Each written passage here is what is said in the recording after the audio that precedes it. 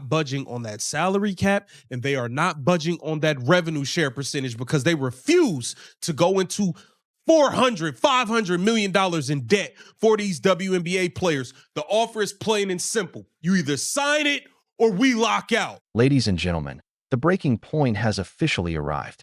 For months, we've watched the WNBA Players Association operate with a confidence that many would call bold, others might call detached from reality. We've seen the social media statements. We've seen the emotional videos.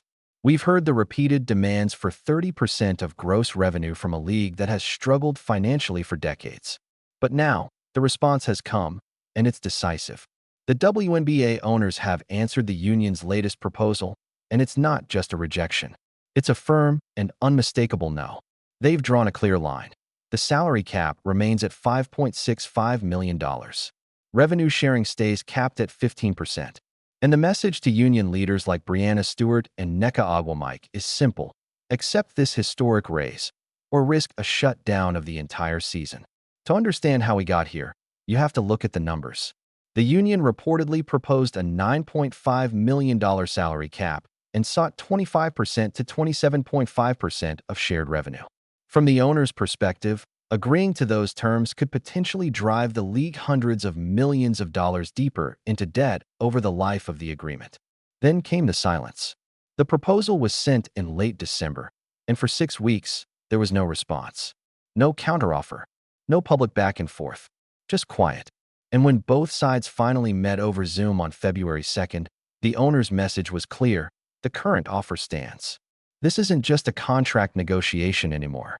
It's a high-stakes standoff about the future structure and financial sustainability of the league. What happens next could shape the direction of the WNBA for years to come. By the union in late December during this meeting, which included WNBPA's executive committee as well as league officials and owners over Zoom and in person. Players were told by members of the league's labor relations committee that they had not read the union's proposal, according to a source. Now, with them not responding was their response. Did you hear that? The owners looked the union representative square in the eye and said, "We didn't even read your proposal." They didn't read it. Why? Because it was nonsense. Because it was so completely detached from financial reality that it wasn't even worth the paper it was printed on. When you ask a business already losing $50 million a year to take on another $400 million in debt just so you can get a bigger payday, the business doesn't negotiate. It ignores you. Silence became the ultimate response. Corporate speak for, stop wasting our time. The union leadership, seasoned veterans who seem to think they are financial prodigies, appear to have no understanding of how their own league operates. They keep demanding, give us 30% of the TV revenue. As if Kathy Engelbert is sitting in an office with a Scrooge McDuck vault full of cash. But the host breaks down the actual structure of the WNBA, showing exactly why these demands are mathematically impossible. It says, here it says the WNBA ownership structure is muddled with 42% of the league being controlled by the 30 NBA owners, 42% controlled by WNBA owners, and the remaining 16% belonging to an outside group. Listen closely. The WNBA owners cannot give the players 30% of gross revenue because they don't own 100% of the league. 42% of the league belongs to NBA owners, the billionaires who have been keeping the WNBA afloat since 1997. Another 16% belongs to private equity investors from a major 2022 capital raise. By the time the actual WNBA team owners get their slice, there's barely enough left to cover arenas, marketing, staff, and current salaries. The union is demanding a piece of a pie the owners legally cannot give.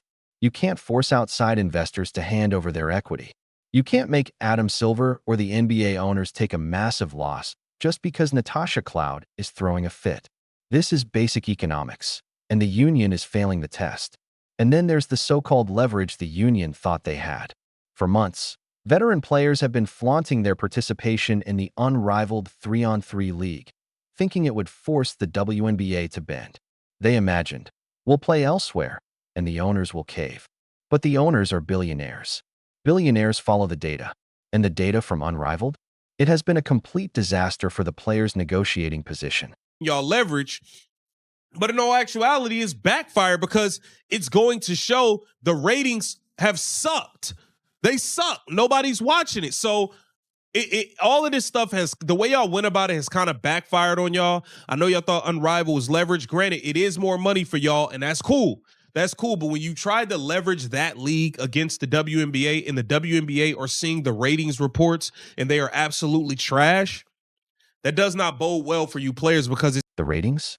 They're a disaster. Nobody is watching Unrivaled. The owners are sitting in their boardrooms, staring at the viewership numbers for Brianna Stewart, Nafi Sakir, and Chelsea Gray playing without Caitlin Clark, and the numbers are microscopic. The owners are realizing, wait a minute. These veterans aren't the draw. They don't bring in the money. The host drops a statistic that should be carved into the forehead of every union negotiator. When Caitlin Clark got injured last season, WNBA viewership dropped 55%. More than half the audience disappeared the second the Iowa star left the court. The owners know this.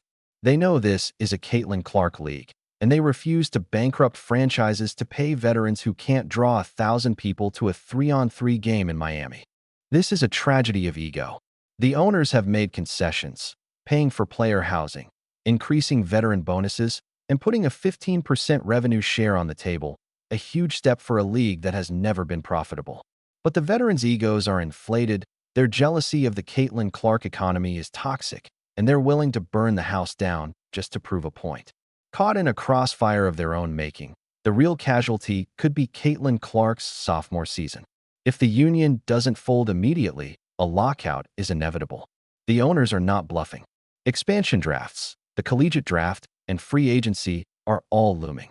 They've pushed their chips to the center of the table. WNBA Players Association, your bluff has been called. Your leverage is exposed as a fraud. We didn't even read your proposal. Swallow your pride. Sign the $5.65 million salary cap, take the free housing, and get back on the court. Because if you force a lockout and the Caitlin Clark momentum dies, the fans won't forgive you, and the money you're fighting over will vanish forever. The choice is yours. Play ball or pack your bags.